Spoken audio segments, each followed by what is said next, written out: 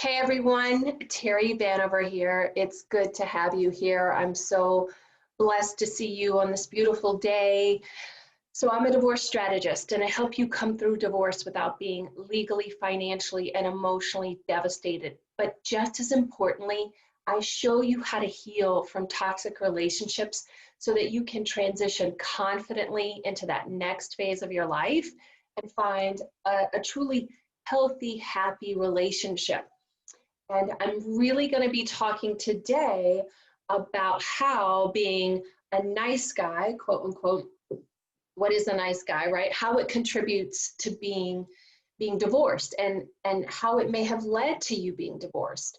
So it's a controversial topic. I know that, and I'm hoping you'll be here with me and you'll listen with open ears and hear what I have to say, because I have some really great information, and I'm going to start off with talking about defining what is a nice guy.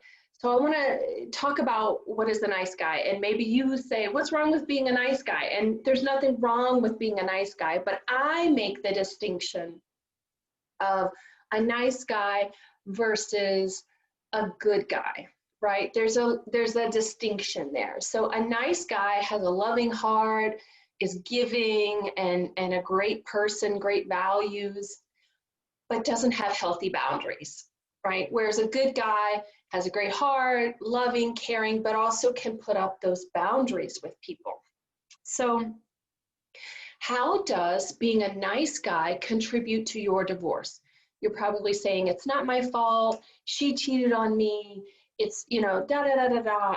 And listen, I really want to acknowledge and recognize that it does take two to make a marriage work, it takes two to make a marriage fail. So I understand, it's not a blame game. I'm not blaming anyone, but if we can take responsibility for the patterns in our lives, for where we're showing up maybe in a capacity that undermines the relationship, and we shift those patterns, we can create a really healthy, fun, fulfilling partnership. So what happens with nice guys, it's all about the energetic intention behind being a nice guy. There's nothing wrong with giving. There's nothing wrong with loving and caring, but it's about the essence behind it. It's about the why, not the what, okay? So let me talk a little bit about that. So if you're a nice guy and you're giving and giving and giving, and what often happens with nice guys, they choose very strong, controlling women. That's a lot of the shifts that I see. That's a lot of the patterns that I see. So perhaps you are married to a strong, controlling woman, and you're attracted to her and you want to give her everything. But what happens with nice guys is that they don't really tune into themselves and really understand where their boundaries are, don't communicate their boundaries with their partner, and end up overgiving, overgiving, overgiving to their partner in hopes that they'll get the love back. Because what I see with nice guys is that you've suffered abandonment, you've suffered trauma in your childhood, and what we do as adults is we try to, it's all unconscious, we unconsciously try to heal that parental relationship, getting those things that we didn't get as a child, those things that we feel like we need, we try to get those from our intimate partner. Been there, done that, y'all, got the t-shirt. I understand. And so we mistakenly choose a partner who more than likely is very much like the parent that abandoned us, and we're trying to unconsciously repair that parental relationship and get the parenting that we didn't get as a child. And I know that sounds really deep, but it really is true. And I would push you and invite you to look at your own relationship with your intimate partner and look at the parent who abandoned you and see how they mirror each other. You'll be shocked. When you start to see the patterns, you really start to put the pieces of the puzzle together. So nice guys choose a partner where they're trying to get those abandonment or trauma relationships They're trying to get those relationships healed through their partner, whether it's they didn't feel loved, they didn't feel valued, they didn't feel needed, they didn't feel visible. So in my work with my clients, I see those nice guys unconsciously trying to heal those wounds from their abandonment, from their trauma, and they're trying to get that from their intimate partner. And that partner may not be aware of it, may not be conscious of it, and you're not conscious of it. And in the essence of trying to please that partner, you give up so much of yourself. You don't speak your truth, you don't speak your needs, you don't stand up when you perhaps maybe should stand up in the beginning of the relationship. And so it fosters this dynamic of an unequal footing. And what happens oftentimes with men is that they give and they give and they give and they sacrifice so much of themselves to make the marriage work. They give up friendships. I see that so often with men. They give up hobbies. They give up their own self-care because now you've identified yourself as a husband and a father and you don't really know who you are anymore. There's nothing wrong with being a wonderful husband and a wonderful father, but in that process, you may have lost who you are and lost what you need, and you're not asking for what you need, and you're not being honest with your partner. Perhaps you're afraid of making her upset or you're hurting her feelings. And in that false dynamic that you two have unconsciously set up between the two of you, the marriage starts to fall apart. It's because it's set on a false premise, right?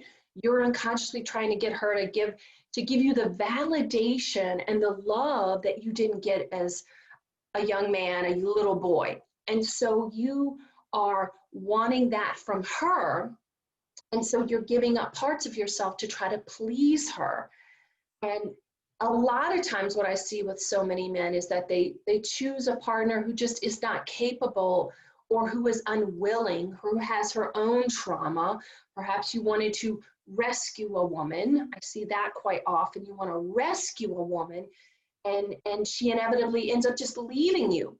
Or the other dynamic that I see with men is they choose a partner who's very strong, almost too strong. Sometimes their own traumas causes them to be ultra independent, as we call that, right? And ultra independence is where a lot of times, mostly women, they build up these huge walls and they're so afraid of abandonment and their own issues that they can't be vulnerable, they can't be open, they can't truly be loving and open. And so what happens is in these relationships is you're giving up so much of yourself, and you're not being totally honest, and you're walking on eggshells because you're afraid to really speak your truth. And what ends up happening is that you become resentful and you're not getting your needs met, right? Because you're afraid of hurting her feelings or asking too much or whatever. And you're seeking to get this validation from her. And meanwhile, you're getting more and more and more resentful. And let me just tell you, resentment is a relationship killer.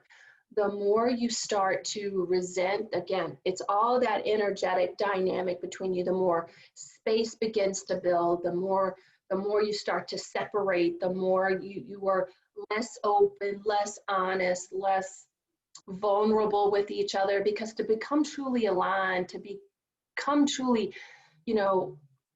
loving, there has to be vulnerability, and you have to be 100% accepting of each other. And so maybe you didn't choose a partner who you feel will accept you with flaws and all. And so that's a very scary thing. And so that's not true love if you're doing things for someone in the hopes of getting validation back or seeking love back. And so what I do with my clients is I teach them how to reparent themselves, in essence, to give themselves what it is that they're seeking from that partner. Because we can't truly have a really super aligned, super loving, vulnerable, true relationship, fulfilling relationship, if we're not bringing our whole self into the relationship. One of the least favorite sayings of mine is like a relationship is 50-50. I hate that number on so many levels, like the myth of the 50-50 relationship. like I could use those numbers in many, many ways, but one of them is like a relationship is not you bring 50 and she brings 50, or your partner brings 50%, right? It's 100. You've got to bring 100% of yourself into the relationship. She's got to be 100%, or he's got to be 100% of himself in the relationship. And you two need to love and accept each other, flaws and all. And so it's 100. And also what I don't like about that number of the 50-50, there's, you know, right? It's not about like you always being, the dynamics of a relationship is that it has to have the ability to flow. That's what true alignment is. True alignment is not each of you being the same all the time. And it's about truly meeting each other where you are. And sometimes the relationship isn't 50-50. Sometimes it's 70-30. You know, my husband has COVID right now, and I'll tell you it's about 99-1 right now, right? In sickness and his health. But that's what a relationship is. It's the ability to ebb and flow. And so right now he's not physically able to give into the relationship, into the family, to do anything right now. So that's where that 99-1% is. And then when I'm overwhelmed at work or I've got my own things, he might have to step up, and it might be 70-30. So the 50-50 number bothers me on so many levels, you know, because it's so much. It's about you being 100% committed all the time, but also being 100% who you are, and being 100% committed to accepting your partner on who they are, and aligning the relationship to the needs of the relationship, and being able to be flexible and flow. So I'm going to just check in here with Candace and just see if there's any questions, because it's Ask Me Anything Wednesday. So if you have any questions, go ahead and post those. And I've been talking today about how your need to be a nice guy is contributing to your divorce. And you know what? Here's the other thing that a lot of men don't recognize, is that it's even affecting you professionally. I've found that when my clients work on their relationships, you know, because they come to me for their personal, intimate relationships, but what often ends up happening is professionally, they step into the leader of who they're meant to be. I have a client, and you know, he runs a very successful, pretty well-known business. And the thing was, his nice guy was trying to please the employees, you know, but he's a leader. It's not his job to make them like him. They need to respect them. He's an authority figure. And so he has started delegating responsibilities and putting things onto the people who they belong, rather than going around and, as he called it out, putting out the little fires. Because to him, that's where he was getting his validation and feeling needed and feeling like a true hero, right? But the truth really wasn't doing him any good, because he still had that underlying shame and underlying feelings of not being good enough. Doing those external things was not filling him internally. You can't heal internal problems with external solutions. It doesn't work. But not only that, it was setting up this dynamic in his business where he would have people coming to him instead of going to the right people. And so they weren't seeing him as an authority figure. You know, he's putting out these little fires, and that's not who he is, right? You know, he's this magnificent leader of this business, and he had to step into that and understand, you know, he's got to delegate responsibilities to who's supposed to be doing those responsibilities. So it's all about healthy boundaries. It's really about healthy boundaries. Now, I, you know, had a pretty traumatic childhood myself, and I talk about this quite often. I was sexually abused as a child.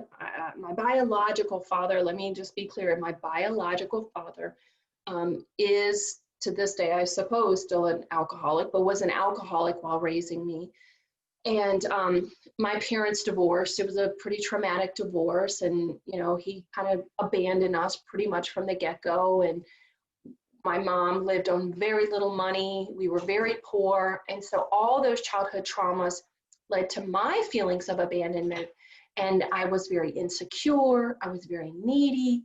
I was very, uh, like a pit that could never be, it was never enough love for me, and never enough compliments, never enough love, never enough anything with my husband. And our marriage fell apart. And again, I take responsibility for that because I know I was very needy and I wasn't showing up the way I could have in that relationship. And we divorced, and I went through a horrible divorce, 2.5 years, 2 failed mediations, 2 failed attorneys. So every mistake that you can make during a divorce, I did that. Didn't get the proper education on how to divorce, didn't get resources and help and support, and let my emotions rule me. I mean, everything that you can do, I did wrong in my divorce. And I came through it, and I learned how to heal my trauma, how to use resources and get through divorce better, how to make this a time when you can come out of the ashes and become a better version of yourself, you know? And so I had to get the tools, get the resources, and now I teach others. Divorce can be a new start for you. It could be a new chapter. You can let go of the regret. You can let go of the loneliness. You can let go of all that's holding you back and start a fresh new life. And that's what I do. I've got a wonderful husband. We are, like I said, we're remarried. I'm remarried. My ex is remarried. We co-parent really, really well together. He was over here, unfortunately, for Thanksgiving. We didn't know my husband was sick at the time, but he's all healthy. His wife is healthy. And she and I are friends, and we support each other, and we're there for each other as you know, I wish more divorcing couples would be.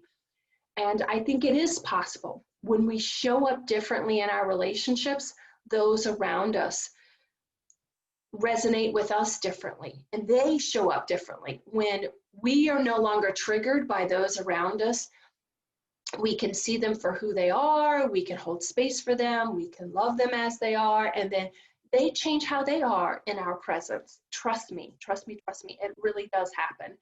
And so the great thing about having healthy boundaries, it's not just about having great interpersonal, intimate relationships with a partner. You have better relationships at work, you have better relationships with your family members. It's amazing to me that same client who, you know, is running the successful business, as he's putting up the boundaries, he's also talking about how great it is, you know, as relationships with his children has improved. And because he's being more authentic, he's being more honest, right? He's stepping into who he is. And we can do that in a kind and loving way. We can honor ourselves and still honor those around us and still be true to ourselves. In fact, I would argue that it's more honorable. It's not really honorable if you're showing up in a relationship and not being yourself, and not being honest about your feelings, and not being honest about your needs. It's really honoring the relationship if you show up and you're speaking your truth and you're being who you're meant to be. So I'm just going to check in again, Candace, and just see if there's any questions. Anyone have any questions on nice guys and healthy boundaries? Because we're really going to be diving deep into this weekend. I have a workshop, the 3 keys for surviving the holidays in a pandemic. So I'm going to be giving you 5 coping strategies and my one-step process for finding peace again. And I know right now it is a tremendous time. I know my divorce was horrendous, and it wasn't even a pandemic. So those of you that are going through this difficult time, like, we know how, I mean, we know, those of us who've gone through a divorce, and then you add on a pandemic where you can't see friends, you know, in some cases you're away from your children. And so it really becomes difficult, but it is possible to find happiness and peace right now, even during this time. In fact, I'd argue that this pandemic is to kind of show us where we're using distractions and other people to keep us from doing the inner work that's going to bring us to peace. So how can one best balance? So I have a question. How can one best balance boundaries while under a microscope during a divorce process? So that's a really great question. So what I would invite you to think about would be, what is the fear? Because it's really about the fear that's underlying the consequences of, if I do this, then this will happen. So you're projecting fear into the future of, if I do this, this will happen. My ex-wife will hear about it. She'll take the kids from me, and da da da. So first off, knowing that, this hasn't happened yet, and usually 99.9% of the time, our worst fears never manifest. So understanding that our fears are just that, it's fears, it's a thought, it's not reality. So, so understanding what's beneath the fear. Is it the fear of someone finding out and you being judged? And then what's the consequence of that? And then dealing with the reality of, how can I, and again, it's about having, so this is, I kind of know this situation a little bit too. So how can you have boundaries while going through a divorce process? And I think that's where you need to choose what you're comfortable with and what you're comfortable sharing versus the fear, because I think a lot of this is rooted in fear of losing your children, fear of doing this, fear and doing that. And I think you need a reality, check into what is really the consequences versus what is a fear. So you need to get really clear on, is this a fear or is this reality? Because I see that a lot in the group where people are constantly, it's fear, fear, fear. This is the worst thing that can happen. This is the worst thing can happen. And 99.9% of the time, those fears are not reality. It's just our anxiety that this might happen. So a person who has worked through the shit and even confronted with, so I'm reading to y'all, some questions are coming through. So a person who has worked through the shit, even when confronted with false accusations, simply remains calm and dismisses the fallacy. Right. So if someone,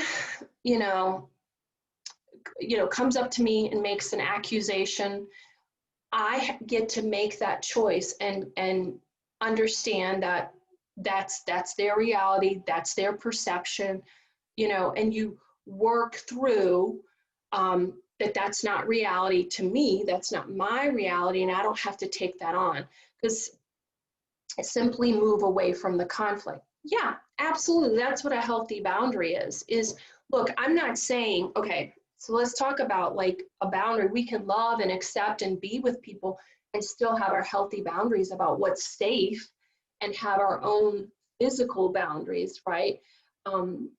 If I had, I don't know, let's say an addict brother, for example, I would love and accept him and be there for him, but I would have my healthy boundary to where maybe I wouldn't enable his addiction or have him over for Christmas because it's not safe or that kind of thing. So you don't have to invite someone into your space, but you can have an open heart to that person. So someone who accuses you of something, and listen, it happens, it has happened to me. That happens quite a bit. People see stuff on social media and they have comments and, they have a different reality. The thing is to be aware is this a trigger for you? If it's a trigger for you, this is a place within yourself where you need to still do some healing. I spoke with some of my members in the women's group about me feeling shame and judged, okay? So the thing is, like, that's about me. It's really about me doing the inner work to let go of the judgment of how I look. If someone says, Terry, you know, you're an ugly cow, and that triggers me, and that makes me feel shame, and that makes me feel awful, and that I'm like, that's for me to do the inner work on. Now, I will probably block that person on social media and say, hey, I don't need this in my life. I don't need to expend energy on this, right? We don't need to let people suck our energy and drain us. I'm not saying that. That's a healthy boundary. But if I see the trigger and I see, ooh, that really hurt when that person called me that name, it's really up to me to do the work on myself. But more than likely, someone says something about me and I just kind of shrug it off. That's their perception. I may not be, you know, what they like to see, and that's okay. Perhaps they prefer someone who looks different, or, you know, someone who is different, and that's okay. And I'm okay with that. So that's about doing the work on you. So if you are triggered, and especially by our exes, right? Our exes tend to do the work. They know our insecurities, so they tend to work us up the most, right? They know where you're insecure. They know how to, you know, degrade your masculinity, or, you know, take down your manhood, or what with that. But again, that's about your insecurity. So that can be an opportunity for you to look within and go, oh, okay, this is a part where I need to feel more secure in my masculinity. What's beneath this? What do I need to do to feel more secure, to feel better about who I am as a man, or to embrace my feminine side, perhaps? And so that's, you know, we can look at the triggers as a way to heal, rather than, you know, so if you're feeling a lot of fear, or you're feeling triggered, or you're feeling insecure about something, this is a place where you can go to heal. This is an opportunity for you. So I just want to check in with you, Candace. She's manning the questions for me. Are there any other questions? No more questions. All right. Well, thank you, gentlemen, for joining me today. I'm going to see you this weekend. I want you to join me this weekend at our 3 keys for surviving the holidays and pandemic. I know it's not easy. We've got the link here in the chat box. We'll put the link on Facebook too. Please join us. You don't want to miss this. We're going to be talking about the 5 coping strategies that you need to get through the holidays and through your divorce. Like, I know, and a pandemic. The great thing is once you have these tools, you can utilize them in any situation. That's the great thing. And the 1-step process that I have for you that's going to bring you peace right now. So join me on Saturday at 10 a.m. Central Time.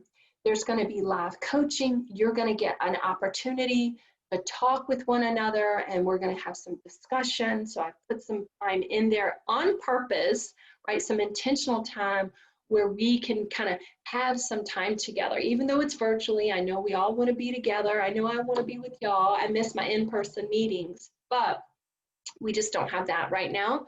So I want to invite you to join my workshop this weekend so that you can get the skills that you need to get through this pandemic, to get through your divorce, everything you need. Okay? All right, so the link is below. I look forward to seeing you Saturday at 10 a.m. All right, bye-bye.